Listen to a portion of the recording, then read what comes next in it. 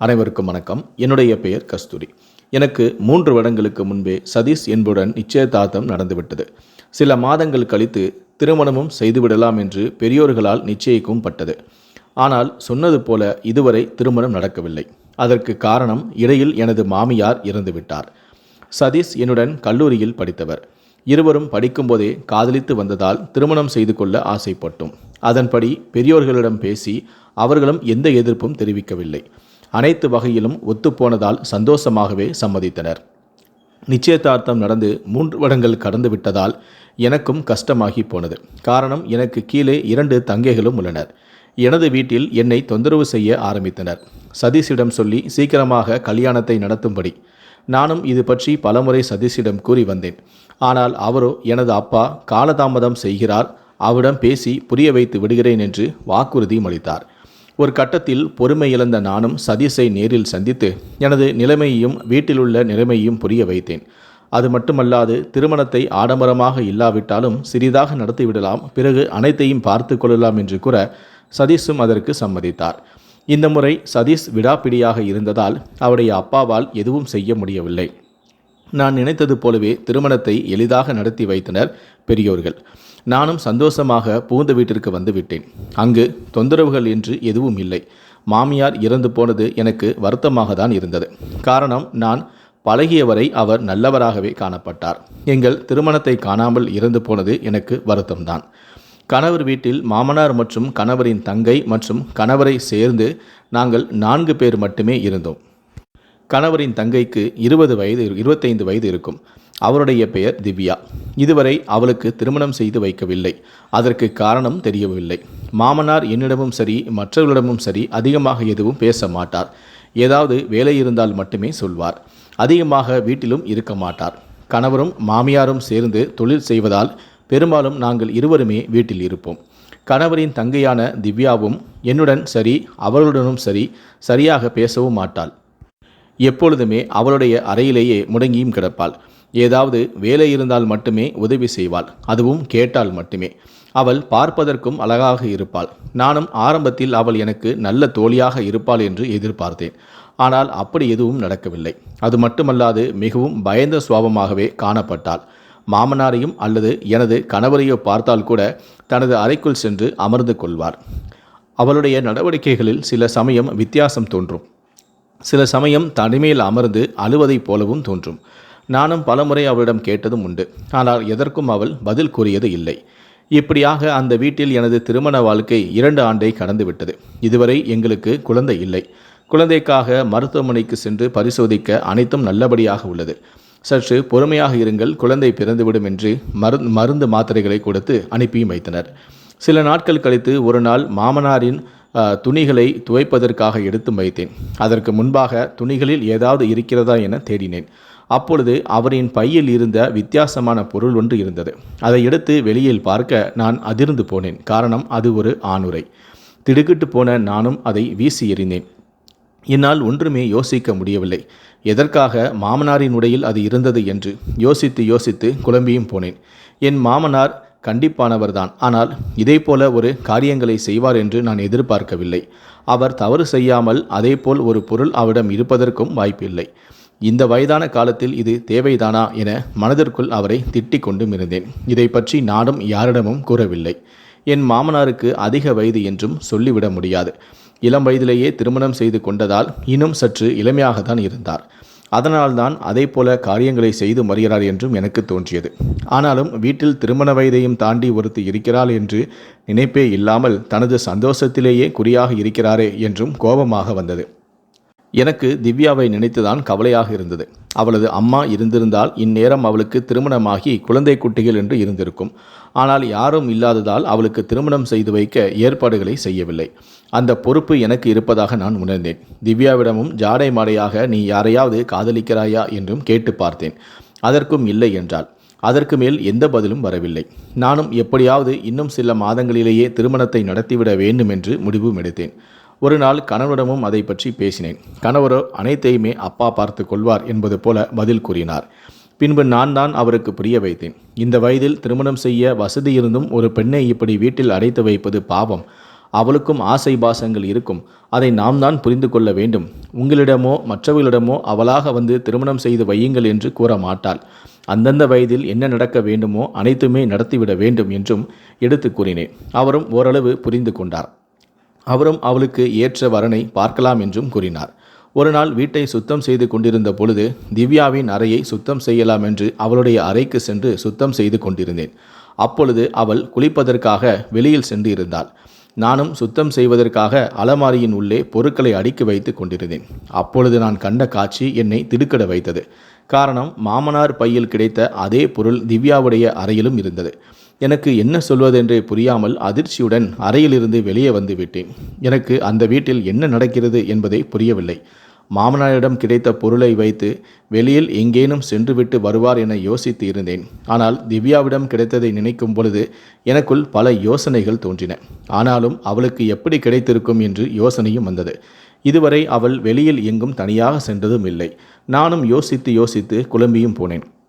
சில நாட்களாக யோசித்து தலைவலி வந்ததுதான் மிச்சம். ஒரு கட்டத்தில் நானும் திவ்யாவிடம் இதை பற்றி கேட்டுவிடலாம் என்று கூட முடிவெடுத்தேன். ஆனால் ஏனோ தெரியவில்லை, சிறிதாக தயக்கமும் உண்டானது. இதற்கெல்லாம் காரணம் அவளின் வயதுதான் என்பதையும் நான் முடிவெடுத்தேன். அதன்படி எவ்வளவு சீக்கிரம் முடியுமோ அவ்வளவு சீக்கிரம் திருமணத்தை முடித்துவிட வேண்டும் என்று எண்ணி எனது சித்தப்பாவின் மகனுக்கு திவ்யாவை திருமணம் செய்து வைத்து விடலாம் என்று முடிவும் எடுத்தேன். அதன்படி கணவரிடமும் அதை பற்றி பேச அவரும் சம்மதித்தார். 2 நாட்கள் கழித்து சாதாரணமாக சித்தப்பாவின் வீட்டிற்கு சென்று இதை பற்றி பேசி வரலாம் என்றும் இருவரும் ஆக முடிவெடுத்தோம். போகும் பொழுது திவ்யாவையும் உடன் அழைத்து செல்லலாம் என்றும் தோன்றியது. 2 நாட்களுக்கு பிறகு நானும் திவ்யாவிடம் சித்தப்பாவின் வீட்டிற்கு செல்ல வேண்டும், நீயும் எங்களுடன் வா என்று அழைத்தேன். ஆனால் அவளோ அப்பா திட்டுவார், நான் வரவில்லை என்று மறுத்துவிட்டாள்.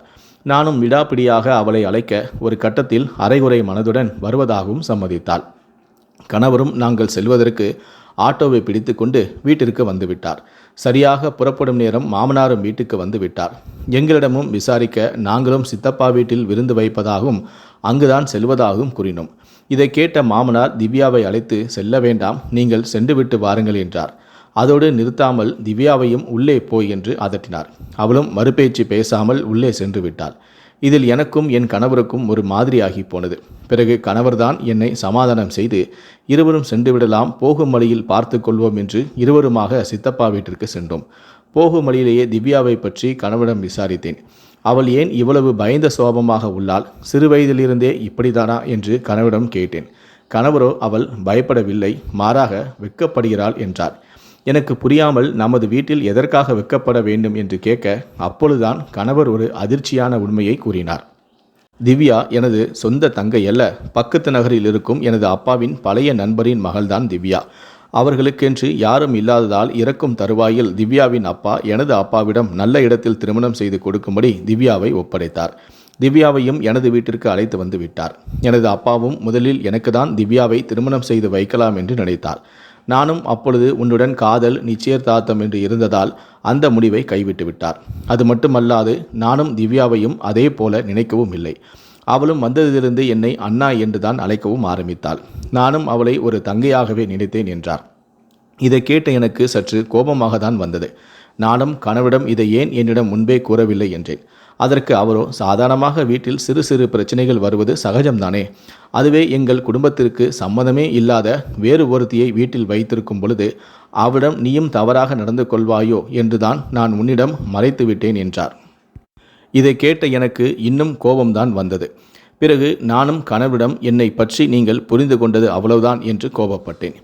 எனக்கு யோசித்து பார்க்கையில் இதில் ஏதோ தவறு உள்ளது என்று மட்டும் தோன்றியது. ஆனால் அது என்னவென்று புரியவில்லை.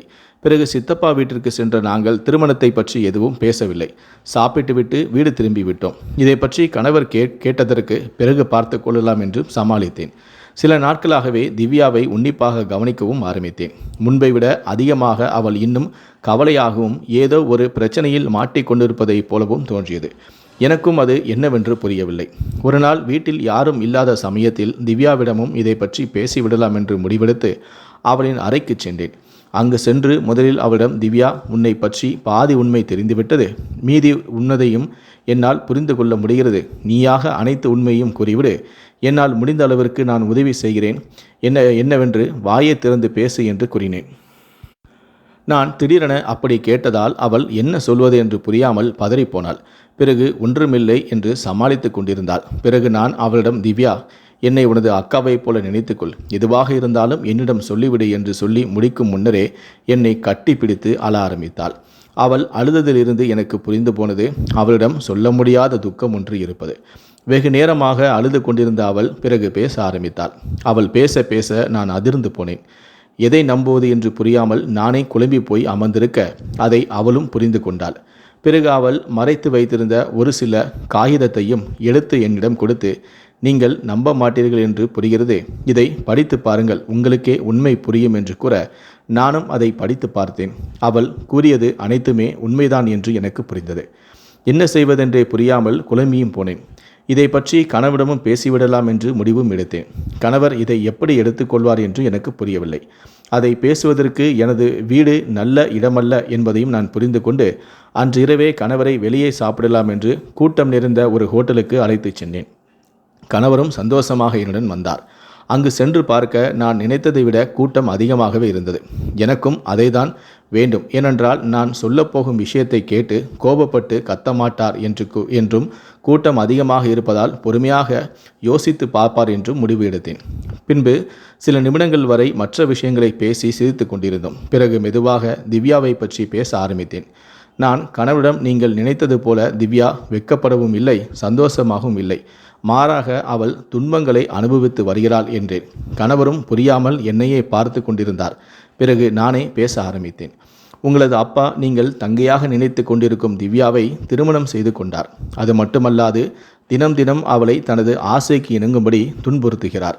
இதைப்போல நிலைமையை எந்த பெண்ணிற்கும் வரக்கூடாது, பாவம் திவ்யா என்று கூறினேன். இதை கேட்டு கொண்டிருந்த கணவருக்கு கோபம் தலைக்கு ஏறியது. நீ வேண்டுமென்று என் அப்பாவின் மேல் பழி சுமத்துகிறாய், நான் எதையுமே நம்ப மாட்டேன். உனக்கு எவ்வளவு தைரியம் இருந்தால் எனது அப்பாவை திவ்யாவையும் அப்படி பேசுவாய்? உன்னை திருமணம் செய்து கொண்டதற்கே வெட்கப்படுகிறேன் என்று எழுந்து பேசுவதற்கு முயற்சி செய்தார். பின்பு நான் அவரை சமாதானம் செய்து, என்னிடம் ஆதாரம் உள்ளது என்று திவ்யா கொடுத்த காகிதத்தை எடுத்து அவரிடம் நீட்ட அதை படித்து பார்த்த அவரும் அதிர்ச்சி அடைந்தார்.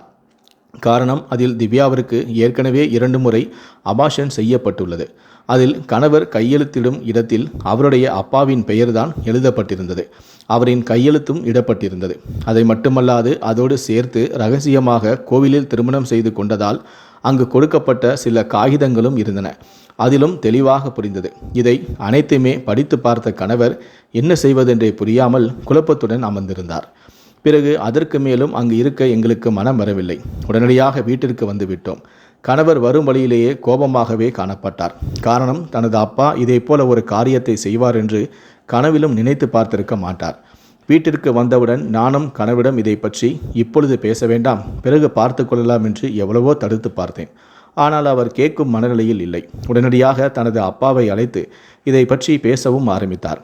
ஆரம்பத்தில் அப்பாவும் அவர் மேல் கோபப்பட்டார். பிறகு அனைத்து உண்மையும் தெரிந்துவிட்டது என்பதையும் புரிந்து கொண்டார். ஒரு கட்டத்தில் மாமனார், நான் ஒன்றும் அவ்வளவு பெரிய தவறு செய்யவில்லை, எனக்கு பிடித்திருந்தது, திருமணம் செய்து கொண்டேன். சில பேரை போல வீட்டிலேயோ வெளியிலேயோ தவறாக நடக்கவில்லை. திவ்யாவை திருமணம் செய்து கொண்டு அவளை சந்தோஷமாக தான் வைத்திருக்கிறேன். எப்படி இருந்தாலும் இந்த உண்மை ஒரு நாள் தெரியதான் போகிறது என்று சாதாரணமாகவே பேசி கொண்டிருந்தார். இதை கேட்ட கணவருக்கு கோபம் இன்னும் அதிகமானது. கணவரும் மாமனாரிடம், அப்பா, நீங்கள் நம்பியவருக்கு துரோகம் செய்து விட்டீர்கள். அவரது அப்பா நீங்கள் ஒரு அப்பாவாக இருந்துதான் பார்த்து கொள்வீர்கள் என்று உங்களிடம் ஒப்படைத்தார். ஆனால் நீங்களோ வயதான காலத்தில் ஆசையை அடக்க முடியாமல் இப்படி ஒரு கேவலமான காரியத்தை செய்து விட்டீர்களே. திவ்யாவின் பயசுவாயத்தையும் அவளின் நிலைமையையும் உங்களுக்கு சாதகமாக்கி கொண்டு தினம் தினம் அவளை சித்திரவதை செய்து வருகிறீர்களே. அவளுக்கு பெரும் பாவத்தையும் செய்து விட்டீர்களே. உங்களை நான் எவ்வளவு உயர்ந்த இடத்தில் வைத்திருந்தேன், ஆனால் நீங்கள் எவ்வளவு கேவலமானவராக இருப்பீர்கள் என்று நினைத்து கூட நான் பார்க்கவில்லை என்று கூறிக்கொண்டே மாமனாரை அடிக்க பாய்ந்தார். பதறிப்போன நான் தான் அவரை தடுத்து சமாதானம் செய்து வைத்தேன். இதை மாமனார் சிறிதும் எதிர்பார்க்கவில்லை. மாமனாரும் கவலையாக அமர்ந்து யோசிக்க ஆரம்பித்தார். பின்பு கணவர் அவரிடம், நடந்துவிட்டது, உங்களின் புத்தியால் கேவலமான காரியத்தை செய்துவிட்டீர்கள். இதற்கு மேலும் இதை என்னால் பொறுத்து கொள்ள முடியாது.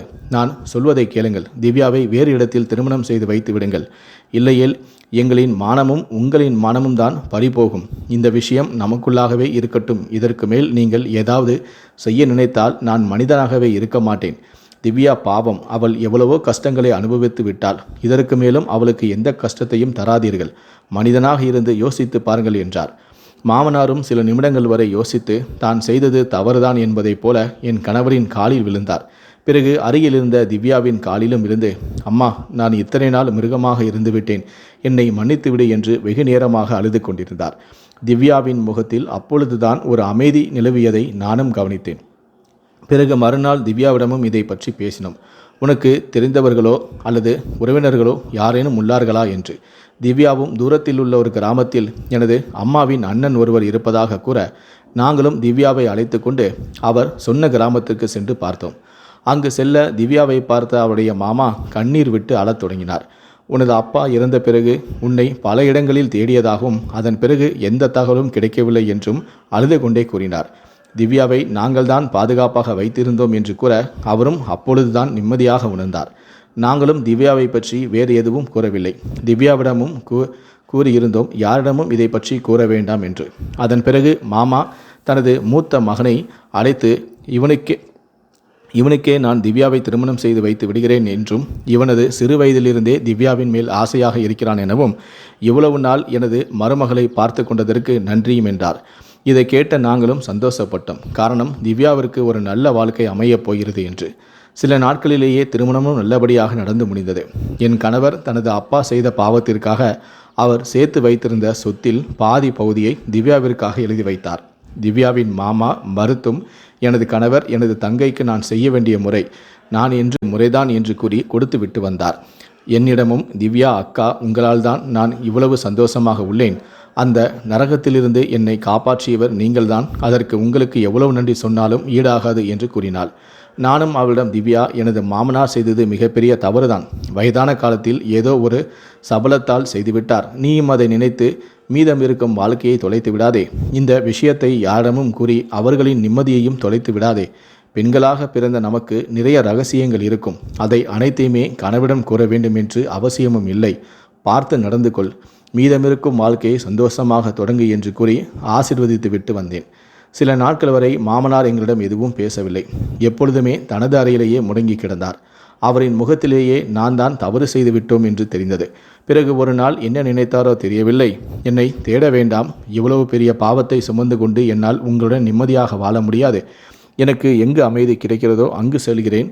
யாருக்கும் எந்த தொந்தரவும் செய்ய மாட்டேன். என்னை மன்னித்து விடுங்கள் என்று கடிதம் எழுதி வைத்துவிட்டு சென்று விட்டார். என் கணவரும் சில நாட்கள் வரை தெரிந்தவர்களிடமும் நண்பர்களிடமும் மாமனாரை பற்றி விசாரித்தார். ஆனால் எந்த தகவலும் இல்லை. பிறகு அவரை பற்றி நாங்களும் சிறிது சிறிதாக மறந்துவிட்டோம். காரணம், அவர் அவ்வளோ பெரிய தவறு செய்திருந்தார். எங்களின் வாழ்க்கையும் எந்த குறையுமின்றி சந்தோஷமாக சென்று கொண்டிருந்தது.